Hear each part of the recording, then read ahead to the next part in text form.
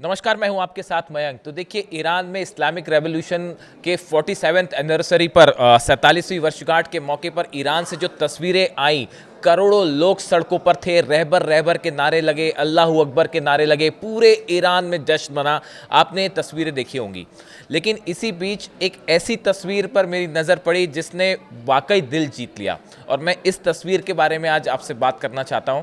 देखिए, भारत के विदेश मंत्री एस जयशंकर ने ईरान की इस्लामिक क्रांति की वर्षगांठ के मौके पर ईरान की सरकार और वहां के नागरिकों को बधाई दी। उन्होंने सोशल मीडिया प्लेटफॉर्म पर एक पोस्ट साझा करते हुए ईरान के विदेश मंत्री अब्बास अराक्ची को विशेष रूप से शुभकामनाएं दी। देखिए, जो तस्वीर आप देख रहे हैं, स्प्लिट में आपको दिखा रहा हूं, ये तस्वीर जो है ये भारत के विदेश मंत्री एस जयशंकर ने जो है शेयर की है।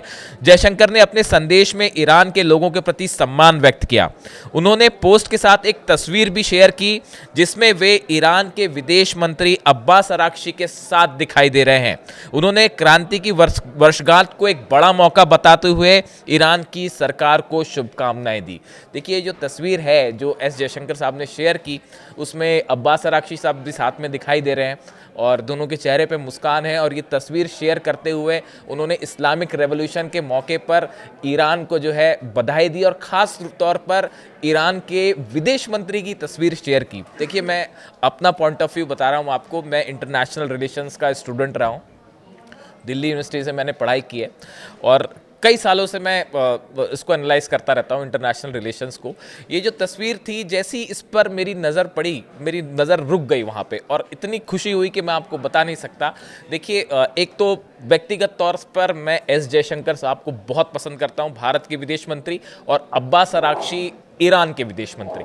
ये दो ऐसे विदेश मंत्री हैं जो मैं ऐसा सोचता हूँ, ये मेरा व्यक्तिगत ओपिनियन है कि मैंने आज तक जितने विदेश मंत्रियों को पढ़ा है, देखा है, सुना है, उनमें ये दोनों बेहतरीन हैं। एक तो दोनों को काम करने का स्टाइल आप देखिए, बिल्कुल शांत स्वभाव के, दोनों बड़े फैसले लेते हैं लेकिन कभी नाराज़ नहीं होते, बिल्कुल शांत स्वभाव के हैं। और कहाँ कब क्या बोलना है, कितनी बात करना है, एस जयशंकर बेहद अच्छी तरह जानते हैं। और वैसे ही हैं अब्बास अराक्ची। आप देखिए, ईरान के विदेश मंत्री, 12 दिन की जंग हुई ईरान में, कितना पिछले एक साल में कितना कुछ हुआ, क्या नहीं हुआ, लेकिन उसके बाद भी हमेशा ईरान के विदेश मंत्री आपको शांत दिखेंगे, हमेशा उनके चेहरे पर मुस्कान रहेगी, कब क्या बोलना है बेहतरीन तरीके से जानते हैं। तो अब एक वजह ये भी थी कि इस तस्वीर पर जो है मेरी नज़र रुक गई, और उसके बाद उन्होंने बधाई दी। कल इस्लामिक रेवोल्यूशन को जिस तरह से 47वीं वर्षगांठ थी, पूरे ईरान में ऐसा लग रहा था कि बच्चा बच्चा जो है वो सड़क पे आया। मैं अपने वीडियो में आपको बता चुका हूँ, हर घर के ऊपर ईरान के झंडे लहरा रहे थे और खामेनी साहब की तस्वीरें लेके लोग सड़कों पर थे। कोई ऐसी ईरान की सड़क नहीं बची। 300 से 400 जगहों पर, शहरों में, गाँव में, सब तरफ जो है वो कल रैलियाँ निकली, और यही अपील की थी अली खामेनी साहब ने कि आप इस मौके पर जो है आप बाहर निकले, सरकार का समर्थन करें, पूरी दुनिया को संदेश दें। देखिए, एक तरफ डोनाल्ड ट्रंप और नेतन्याहू की मुलाकात हो रही थी और दूसरी तरफ ईरान में, तेहरान में वो शानदार जश्न मनाया जा रहा था जो कि इतिहास में हमेशा के लिए दर्ज कर लिया गया है। अब देखिए, ये तस्वीर जो है एस जयशंकर साहब की और अब्बास अराक्ची साहब की, इस तस्वीर, ये सिर्फ एक तस्वीर नहीं है, ये एक बहुत बड़ा संदेश है। देखिए, मैं आपको पिछले एक साल से ये बात कह रहा था कि भारत और ईरान के बीच संबंध अब तेजी से मजबूत होने शुरू हो गए हैं और आप देखेंगे कि एक नया इतिहास लिखा जाएगा। मैं आपको 4-5 बड़े मुद्दे बताता हूँ, आप जानते ही होंगे। देखिए, एक तो भारत ने शंघाई कोऑपरेशन ऑर्गेनाइजेशन और ब्रिक्स, ये दोनों ग्रुप्स में ईरान को शामिल करने में भारत की बड़ी भूमिका रही है। भारत ने हमेशा साथ दिया। और इसके अलावा आप देखें, एससीओ की बैठक हुई थी चीन में, उसमें यह प्रस्ताव पास किया गया कि ईरान पर जो हमला किया था इजराइल ने, 12 दिन की जंग हुई, उसकी निंदा की और भारत ने उस पर हस्ताक्षर किए। भारत ने ईरान का साथ दिया, ये कहा कि हमला जिस तरह से ईरान पर किया गया ये पूरी तरह से गलत था, और इजराइल का नाम लेकर आलोचना की गई। भारत ने जो है ईरान का साथ दिया। हाल ही में देखें, यूनाइटेड नेशंस में वोटिंग हुई जिसमें ईरान के ऊपर सैंक्शंस लगाने की बात हो रही थी, और जिस तरह से प्रदर्शन हो रहे थे, ईरान के इंटरनल मामले में हस्तक्षेप था वो, भारत ने ईरान के पक्ष में मतदान किया। चीन के समेत भारत 8 देश ऐसे थे जिन्होंने ईरान के फेवर में वोट किया, उसमें भारत भी शामिल था। ये बड़ा संदेश दिया भारत ने यूनाइटेड नेशंस में ईरान के साथ होकर। इसी तरह आप देखिए, जो राजदूत हैं ईरान के भारत में, फ़ताली साहब, उनकी तरफ से भी हाल ही में ये बयान आया उन्होंने कहा कि चाबहार पोर्ट को लेकर भारत और ईरान के बीच में बड़ी चर्चा चल रही है और जल्द ही एक ऐसा रास्ता निकालने की कोशिश हो रही है जिसमें किसी तीसरे देश का हस्तक्षेप ना हो और भारत और ईरान आसानी से जो है यहाँ पे इनका व्यापार जारी रह सके। यानी देखिए हाल ही में खबरें आई थी, मैंने वीडियो भी बनाया था उसमें कि चाबहार पोर्ट पर भारत ने अपना एक शिप भी भेजा है।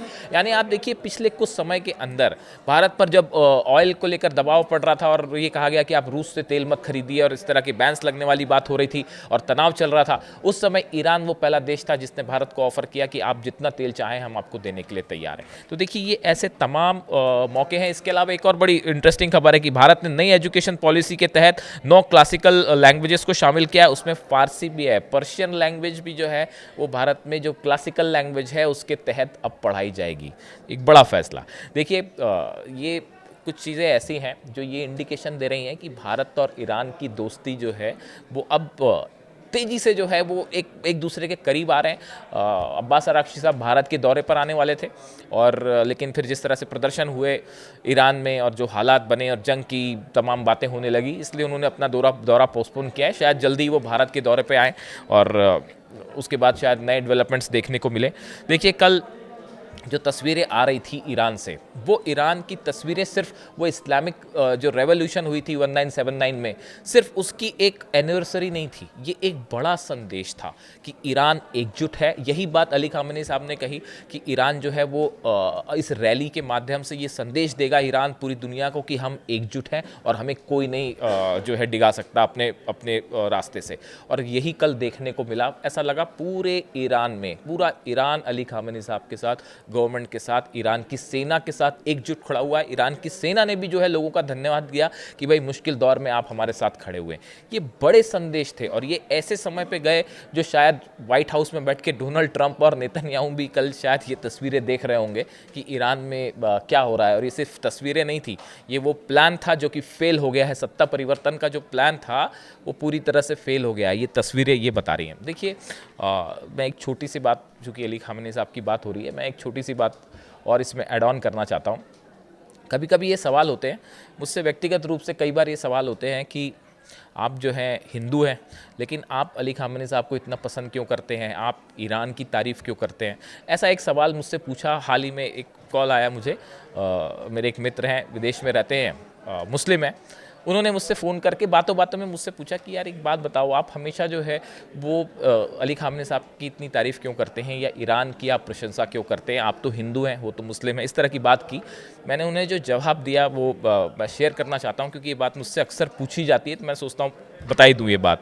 देखिए एक तो व्यक्तिगत तौर पे मैं ये बात पूछता हूँ कि मैं सोचता हूँ ये बात हमेशा, जो मुझे लगती है कि ईरान ने जब भी जो बात कमिट करी, जो वादा किया, वो उसको हमेशा पूरा करते हैं, चाहे अली खामेनी साहब हो, चाहे ईरान की गवर्नमेंट हो। अगर उन्होंने एक बार ये स्टैंड ले लिया कि भारत के साथ अच्छे संबंध बनाने हैं, तो उसके बाद उस रास्ते से कोई डिगा नहीं सकता। ईरान हमेशा अपनी बात पर कायम रहता है और डटा रहता है। ये सबसे बड़ी बात है, जो शायद यही वजह है कि आज तमाम बड़े बड़े मुल्क जो दुश्मन देश हैं ईरान के, वो ईरान को कभी हरा नहीं पाए, आज तक नहीं हरा पाए। और इसीलिए शायद इतने साल हो गए हैं अली खामेनी साहब जो हैं वो ईरान की सत्ता में हैं और हमेशा से मजबूती के साथ वहाँ पे बने हैं और बने रहेंगे। अच्छा खैर, जो मेरे मित्र थे जिन्होंने मुझसे जो सवाल पूछा था, मैं उसका जवाब देता हूँ। मैंने उनसे एक सवाल पूछा, अपने मित्र से, जो मुझसे पूछ रहे थे कि आप हिंदू हैं, आप ईरान तो एक मुस्लिम कंट्री है, आप उनको क्यों सपोर्ट करते हैं, मैंने उनसे अली खामेनी साहब की तारीफ़ क्यों करते हैं ये पूछा। मैंने उनको जवाब दिया। मैंने उनसे कहा कि एक बात बताइए, सूरज चमक रहा है आसमान में? बोले हाँ जी चमक रहा है। मैंने कहा ये बताइए उससे रोशनी मिलती है? बोले हाँ मिलती है। मैंने कहा आप तो मुसलमान हैं, आपको भी रोशनी मिल रही है, मैं तो हिंदू हूँ, मुझे भी रोशनी मिल रही है। बोले हाँ बिल्कुल सही कहा आपने। मैंने ये कहा कि जो अली खामेनी साहब हैं वो उस रोशनी की तरह हैं जो अपनी लाइट सबको दे रहे हैं। अब वो चाहे हिंदू को मिले चाहे मुसलमान को मिले, वो सबको लाइट दे रहे हैं, वो कोई भेदभाव नहीं कर रहे। एक मैंने बात कही। दूसरी बात मैंने उनसे कही कि आप एक बात बताइए कि जब गर्मी के दिनों में आपको प्यास लगती है और आप पानी पीते हैं तो सुकून मिलता है? बोले हाँ सुकून मिलता है। मैंने कहा आप मुसलमान हैं, आपको वो सुकून मिलता है, मैं हिंदू हूँ, मुझे भी सुकून मिलता है। बिल्कुल उसी तरह ही अली खामेनी साहब की जो टीचिंग्स हैं, जो स्पिरिचुअल टीचिंग्स हैं, वो जीवन में जब मुश्किलें आती हैं तो उस मुश्किलों से बचाने की नसीहत देती हैं, वो आपको सुकून देती है, एक रूहानी शक्ति देती है आपको कि कैसे जिससे आप मुश्किलों से लड़ सकते हैं। वो सुकून की तरह होती है उनकी बातें, स्पिरिचुअल, आपको स्ट्रांग बनाती हैं स्पिरिचुअली। बोले बिल्कुल ठीक बात है। और एग्जाम्पल दिया मैंने उन्हें एक, मैंने कहा आप कभी बगीचे में जाते हैं, आप देखते हैं गुलाब का फूल खिला हुआ है, उसकी खुशबू आती है? बोले हाँ आती है। मैंने कहा आपको पसंद आती है? बोले हाँ सब पसंद आती है। मैंने कहा आप मुसलमान हैं, आपको भी पसंद आती है? मैं हिंदू हूँ, मुझे भी पसंद आती है। अली खामनेई साहब जो अपना नॉलेज स्प्रेड कर रहे हैं वो उस फूल की खुशबू की तरह है। वो नॉलेज ये नहीं देखता कि कौन हिंदू है, कोई मुसलमान है, कौन क्रिश्चियन है, कौन सिख है और कौन ईसाई है, वो ये नहीं देखता। वो ज्ञान की खुशबू है, वो सब के लिए बिखेर रहे हैं। इसलिए ये मत सोचिए कि उनको पसंद करने वाला हिंदू है या मुसलमान है। तो मैंने जब ये 3-4 बातें कही तो वो बेचारे तुरंत बड़े भावुक हुए और उन्होंने माफ़ी मांगी कि मैंने आपसे गलत सवाल पूछ लिया। खैर मेरे से बार बार ये बात पूछी जाती है, इसलिए मैंने जवाब दिया इस बात का। लेकिन देखिए, इसीलिए मैंने अपना थंब दिया आज भारत और ईरान की ये दोस्ती, जो जयशंकर साहब ने जो तस्वीर शेयर की है अब्बास अरागची साहब के साथ, ये सिर्फ तस्वीर नहीं है, ये इसने मुझे गाने की लाइनें भी याद करा दी कि यारी है ईमान मेरा यार मेरी ज़िंदगी। इसीलिए मैंने इसका थंब दे दिया कि यारी है ईमान मेरा।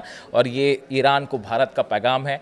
ईरान की सरकार को इस्लामिक रेवोल्यूशन की बहुत बहुत बधाई, वहाँ के लोगों को सबको बधाई। और भारत और ईरान की दोस्ती ऐसे ही हमेशा मजबूत होती रहे। इसी विश के साथ, इसी प्रार्थना के साथ ये वीडियो मैं ख़त्म करता हूँ। यारी है ईमान मेरा। Thank you so much.